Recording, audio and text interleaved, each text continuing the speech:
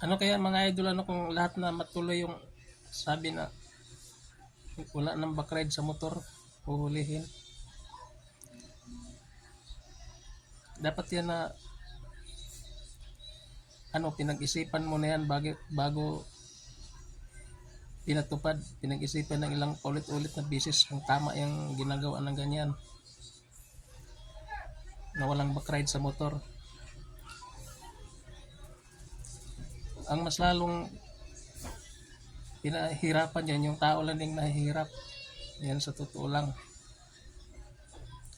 Paano yung mga estudyante kung sakaling ihatid sa bari-baryo,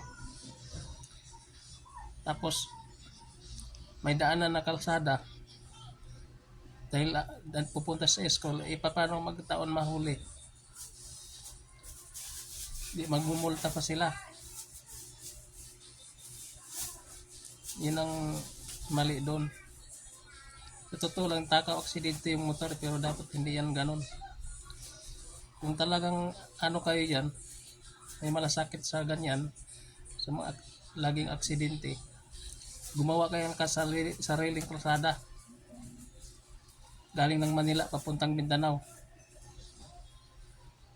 para yun ang mga motor doon dumadaan. Kasalanan nila yan kung ibangga pa nila doon sa truck na bukod na yung kalsada nila. Yun ang totoo dyan. Kasi kung lahat na syudad ganyan, wala na. Lalong nahirapan yung taong bayan na mahirap dyan kung iisa lang din yung karga ng motor.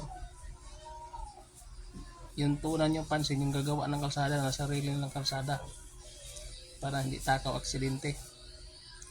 Yan ang totoo mga idol. Kung gusto nyo naman yung mga mahirap, bilihan nyo ng kutsi kung ayaw nyo paano ng motor. Yung mga 4-wheel na lang bilihan nyo kasi wala namang pambili. Isalin na rin yan ako kasi wala akong pambili ng kutsi. Kung ayaw nyo ng motor na may angkas. Bago yun sana pinatupad yung ganyan, yung nasa gobyerno. Nag-isip-isip nga kayo kung tama yung ginagawa nyo. Kung walang taong maepektahan ng mga taong bayan na mahihirap na katulad din sa amin. Huwag niyong hintayin na puputi yung buhok ko. Kasi ako na yung gagawa ng sariling kalsada papuntang Mindanao at sa Luzon. Gawaan ko na lang yung kalsada yung motor, sarili. Hindi ito joke, mga idol. Dinaan ko lang sa joke pero totoo yan sinasabi ko dapat talaga hindi pwedeng mangyaring ganun na lahat na wala nang angkas sa motor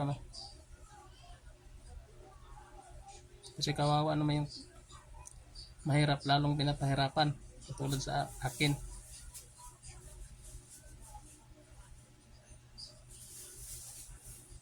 Kaya dapat bago pinatupad yung ganyan, pinag-isipan ng maraming bisis para hindi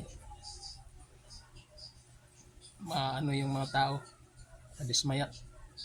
Yun lang mga idol.